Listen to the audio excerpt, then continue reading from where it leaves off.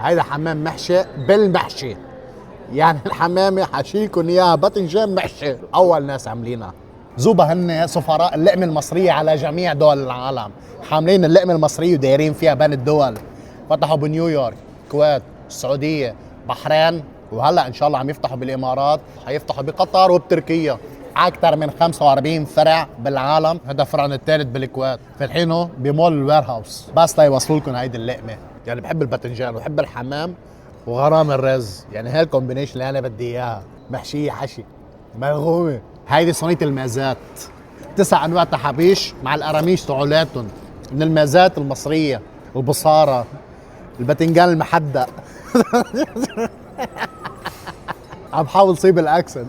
شوف لي برزنتيشن صحن الملوخية بس انت بتتفرج عليه، يعني عم تاكل بزوبة مش اي مطعم، عم تاكل ملوخية مصرية اصلية. عندهم واحد جراح مشلتت، جايبينه خبير من برا بس دكتوراه بعالم المشلتت، بضلوا يرق يرق حتى تصير مثل الشفرة، بتقرمش. تنزل سخنة عم تغلي مع كباية شاي، بتحط جامر وعسل عليها ودلالي نفسك.